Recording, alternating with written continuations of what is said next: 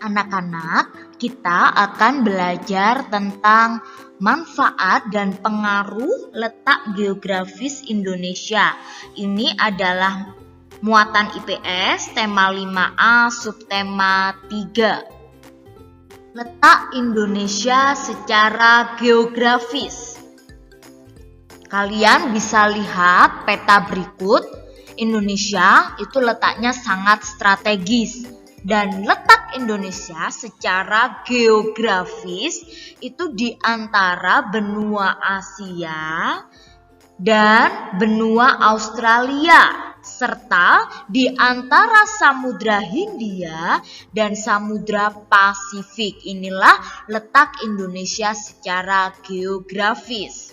Sedangkan letak Indonesia secara astronomis. Nah, berarti kalau secara astronomis itu berdasarkan garis bujur dan garis lintang.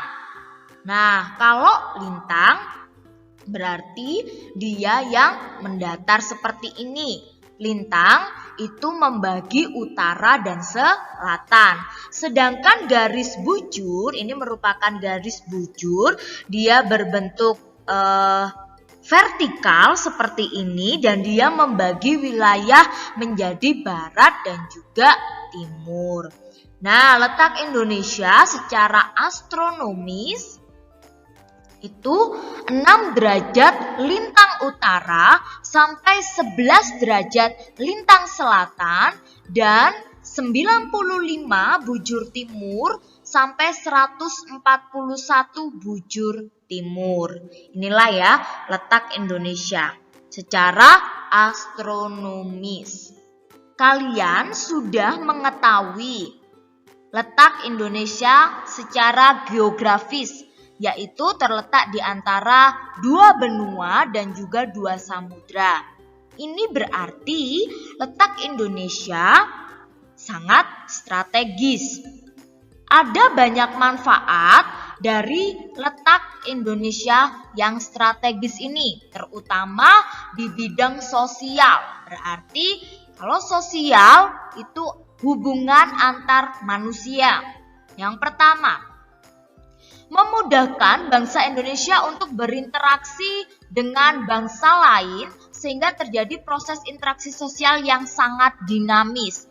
Jadi manfaat letak wilayah Indonesia secara strategis ini yang pertama memudahkan bangsa Indonesia untuk berinteraksi dengan negara lain, untuk berkomunikasi, untuk menjalin kerjasama. Itu yang pertama dengan bangsa lain. Selain itu, manfaat letak Indonesia yang strategis yaitu menghasilkan keragaman budaya. Indonesia terdiri dari banyak pulau, otomatis budaya di Indonesia banyak ya. Budaya antar pulau itu berbeda-beda. Yang ketiga, terjadi akulturasi atau percampuran kebudayaan. Jadi manfaat yang ketiga itu budaya satu dengan budaya lain bisa menjadi satu atau digabungkan. Seperti itu. Nah, yang keempat, mudah menyebarkan atau memperkenalkan kebudayaan dari Indonesia ke luar negeri. Nah, karena letaknya yang strategis dan Indonesia memiliki banyak kebudayaan, maka dengan mudahnya Indonesia bisa memperkenalkan kebudayaan yang ada di Indonesia ini ke negara lain. Yuk, mari kita ingat kembali materi yang sebelumnya kita sudah bahas sebelum kita melanjutkan ke materi selanjutnya. Yang pertama, letak Indonesia secara geografis bagaimana? Benar sekali, terletak di antara 2 benua dan juga 2 samudra. Apa saja itu? Betul, benua Asia dan juga benua Australia, serta Samudra Pasifik dan juga Samudra Hindia. Yang kedua, bagaimana letak Indonesia secara astronomis? Ya, betul, terletak di antara 6 derajat lintang utara hingga 11 derajat lintang selatan dan 95 derajat bujur timur hingga 141 bujur timur. Yang ketiga, manfaat dari letak Indonesia yang strategis apa saja? Betul, yang pertama, memudahkan interaksi antara Indonesia dengan negara lain. Yang kedua, Indonesia memiliki banyak kebudayaan atau kebudayaannya beragam. Yang ketiga, apa? Betul, terjadi akulturasi atau percampuran antara budaya satu dengan budaya yang lain. Sedangkan yang keempat, apa? Benar, kita dapat mudah mengenalkan budaya kita ke negara lain. Selanjutnya yaitu manfaat di bidang ekonomi. Letak Indonesia yang secara strategis ini juga membawa manfaat di bidang ekonomi. Berarti kalau ekonomi itu berkaitan dengan keuangan ya. Yang pertama, letak Indonesia yang strategis ini ternyata dapat menghasilkan hasil alam yang melimpah dan beragam sehingga hasil alam ini bisa dijadikan komoditas atau barang dagangan di pasar lokal maupun internasional. Karena Indonesia itu memiliki banyak pulau dan letaknya strategis, maka Indonesia juga memiliki hasil alam. Hasil alamnya banyak, hasil alamnya juga berbeda-beda. Nah, karena banyak dan berbeda ini, hasil alam ini bisa dijadikan komoditas atau barang dagangan di pasar lokal maupun secara internasional. Nah, yang kedua, karena tadi Indonesia memiliki hasil alam yang melimpah, maka ini dapat dijadikan peluang untuk menjalin kerjasama atau menjalin hubungan dagang dengan negara lain. Nah, ini proses terjadinya ekspor dan impor bisa dilakukan di sini. Yang ketiga, letak dan kondisi geografis Indonesia yang beragam dapat dimanfaatkan untuk kemajuan bidang pariwisata. Indonesia di berbagai pulau itu banyak sekali kenampakan alam yang indah. Nah, kenampakan alam yang indah ini dapat dimanfaatkan untuk pariwisata sehingga menjadikan daya tarik tersendiri dari berbagai tempat. Yang keempat, memunculkan keberagaman kegiatan ekonomi yang bisa dimiliki setiap warga negara Indonesia. Karena letak Indonesia itu strategis dan banyak sekali pulau-pulau, kondisi alamnya pun pasti juga berbeda. Karena kondisi alamnya berbeda, otomatis kegiatan ekonomi yang dilakukan di tiap wilayah itu pasti beragam atau berbeda-beda menyesuaikan dengan kondisi alam. Misalnya di daerah pantai nanti akan banyak petani atau mungkin petani garam dan lain sebagainya. Atau misalnya di dataran tinggi karena tanahnya subur, maka bisa dijadikan untuk menanam buah-buahan maupun sayur-sayuran. Yuk kita ingat kembali apa saja sih manfaat letak Indonesia yang strategis ini di bidang ekonomi. Yang pertama, hasil alam di Indonesia melimpah dan juga beragam atau banyak ya, banyak macamnya. Sehingga hasil alam ini bisa dijadikan apa? Benar sekali, komoditas ataupun barang dagang yang bisa diperjualbelikan di pasar lokal maupun internasional. Yang kedua, karena hasil alamnya melimpah, hasil alamnya banyak, maka ini akan menjadi peluang Indonesia untuk menjalin kerjasama di bidang ekonomi dengan negara lain. Itu kegiatan ekspor impor. Sedangkan yang ketiga, karena kenampakan alam di Indonesia ini banyak ya dan juga beragam dan indah-indah, maka kenampakan alam ini bisa dijadikan tempat pariwisata yang menjadikan daya tarik para wisatawan. Dan yang terakhir, manfaat dari letak Indonesia secara strategis ini di bidang ekonomi adalah benar. Karena banyak pulau, otomatis pekerjaan dari masyarakat Indonesia itu pasti berbeda-beda, atau kegiatan ekonomi warga Indonesia itu beda-beda tergantung dari kondisi alam. Ingat-ingat ya. Jadi yang pertama itu hasil alam bisa dijadikan komoditas. Yang kedua, hasil alam dijadikan peluang untuk kerjasama di bidang dagang. Kemudian yang ketiga, alam atau kenampakan alam di Indonesia dapat dijadikan tempat pariwisata. Dan yang keempat, karena kondisi alam dari Indonesia berbeda-beda, otomatis kegiatan ekonomi dari warga negara Indonesia pun juga berbeda-beda.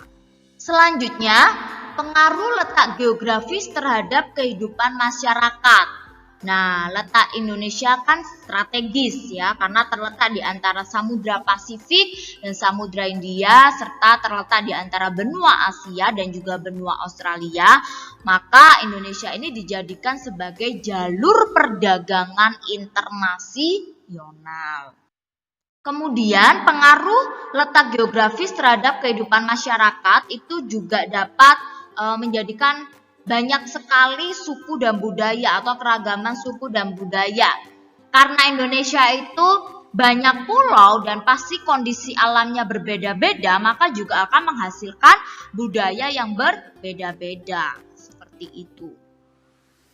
Selanjutnya, perbedaan kondisi alam. Karena banyak pulau, pasti kondisi alamnya juga berbeda-beda. Kalau kondisi alamnya berbeda-beda, pasti aktivitas kegiatan ekonomi pun juga di tiap daerah itu pasti berbeda-beda.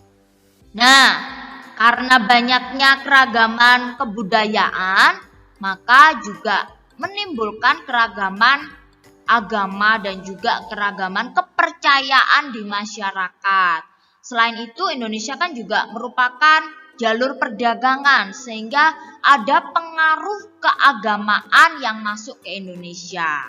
Pengaruh kondisi geografis Indonesia itu juga bisa mempengaruhi budaya dan juga alat transportasi.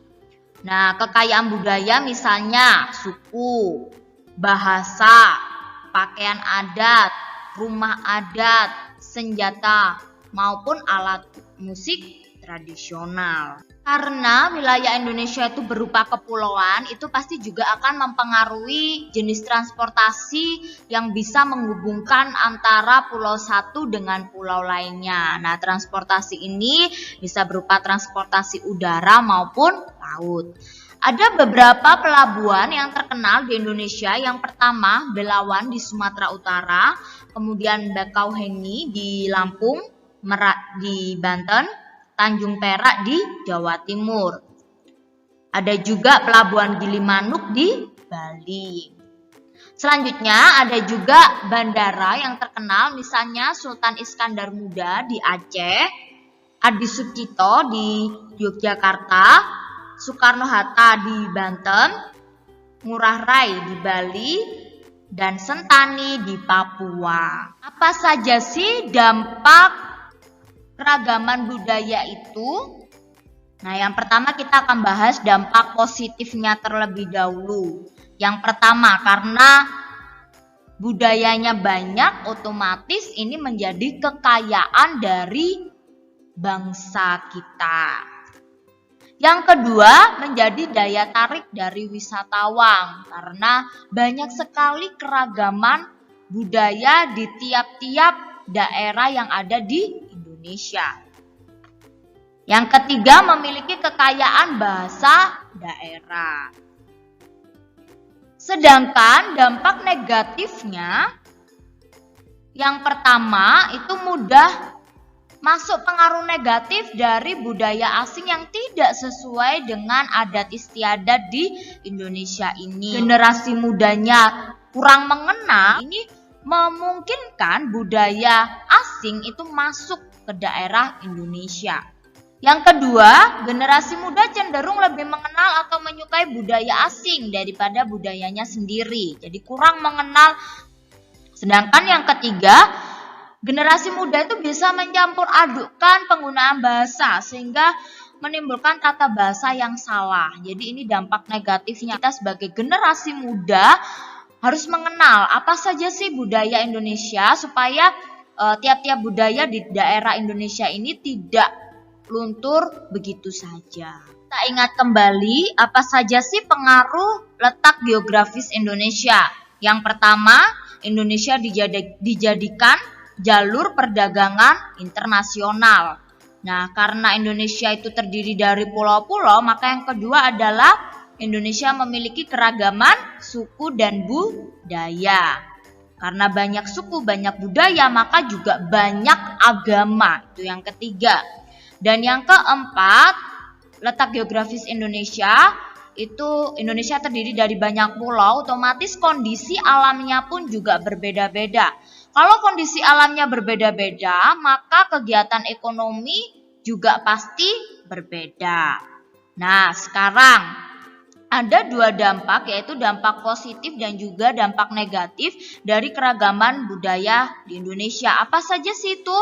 Nah, dampak positifnya apa? Benar sekali, merupakan kekayaan bangsa. Kemudian yang kedua, Indonesia jadi banyak ya bahasa daerahnya karena Indonesia terdiri dari banyak pulau, otomatis bahasa daerahnya tiap pulau juga berbeda-beda. Ini merupakan kekayaan juga. Nah, yang ketiga, dapat menjadi daya tarik wisatawan. Nah, sedangkan dampak negatifnya apa? Karena banyak ini, maka memudahkan pengaruh budaya luar masuk ke Indonesia apabila kita tidak mengenal budaya kita, ya. Kemudian, yang kedua, benar sekali, generasi muda itu akan semakin mencintai budaya asing daripada budaya sendiri karena kurang mengenal budaya Indonesia ini. Dan yang ketiga, generasi muda itu bisa mencampur adukkan antara bahasa satu dengan bahasa yang lain sehingga tata bahasanya menjadi tidak benar. Demikianlah pembelajaran IPS pada hari ini. Miss mengharapkan kalian bisa memahami, kalian bisa pause video ini apabila kalian ingin mencatat informasi yang penting. Jika ada pertanyaan, silakan langsung menghubungi Miss Marta. Terima kasih, tetap semangat dan Tuhan Yesus memberkati.